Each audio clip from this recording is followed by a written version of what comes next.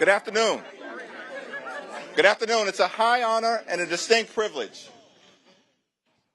to be joined today by Whip Catherine Clark, Caucus Chair Pete Aguilar, members of House Democratic leadership, and the House Democratic Caucus.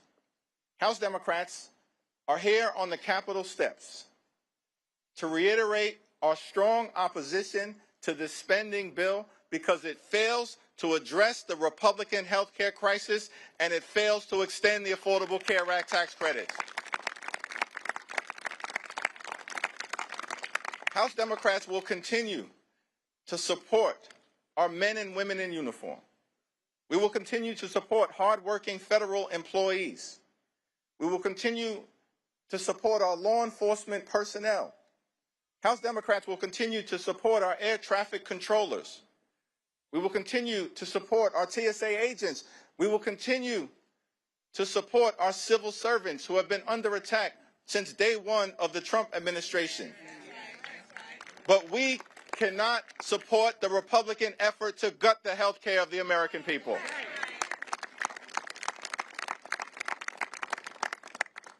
Today, House Democrats will introduce legislation to extend the Affordable Care Act tax credits for 3 years, to make sure that tens of millions of Americans don't experience dramatically increased premiums, co-pays, and deductibles. We believe that working-class Americans, middle-class Americans, and everyday Americans deserve the same level of certainty that Republicans always provide to the wealthy, the well-off, and the well-connected. The same level of certainty. And so we're calling upon our Republican colleagues to join us and extend the Affordable Care Act tax credits. And we will be working hard today, tomorrow, and throughout the balance of this year to make sure that those Affordable Care Act tax credits are extended. Now, Republicans control the House, the Senate, and the presidency. They own the mess that has been created in the United States of America. They own it. In a few hours, we will convene on the House floor. And our message to the American people is no matter what happens on the floor later on today, our promise to you remains the same. House Democrats will continue to fight to make your life more affordable. House Democrats will continue the fight to address the Republican health care crisis, and House Democrats will fight to extend the Affordable Care Act tax credits. This fight is not over. We're just getting started. We're just getting started. Now, among the many outrageous things that has been said during the Trump Republican shutdown or done during the Trump Republican shutdown, the longest shutdown in American history, is that Donald Trump made the stunning claim that in his mind, he holds two titles, that he has two positions. Donald Trump says that he's both the president and the Speaker of the House. That's what Donald Trump said in the midst of him shutting down the government. And what we've seen from compliant, sycophantic Republicans, corrupt House Republicans, is they continue to go along to get along. They don't function like a separate and co-equal branch of government.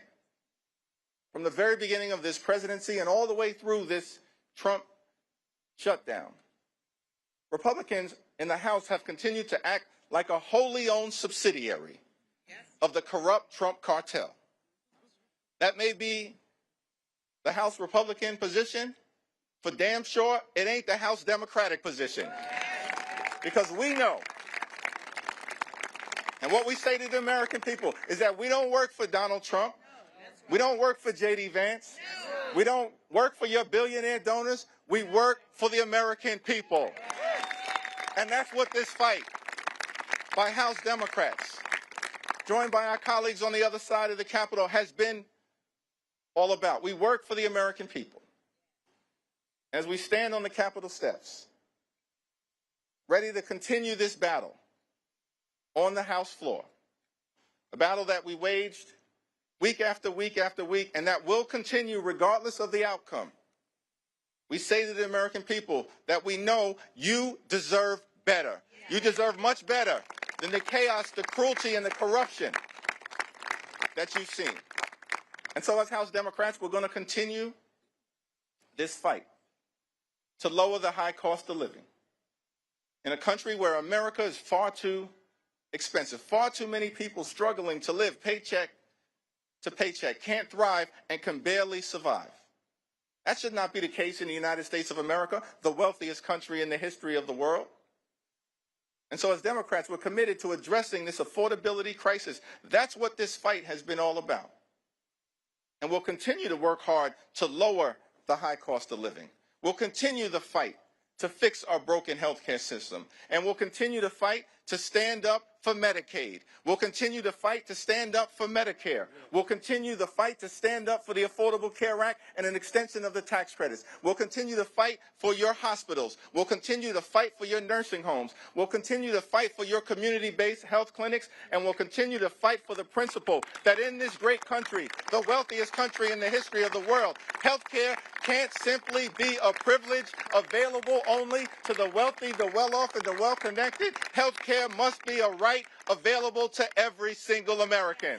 And that's the fight that House Democrats will continue to wage for the American people.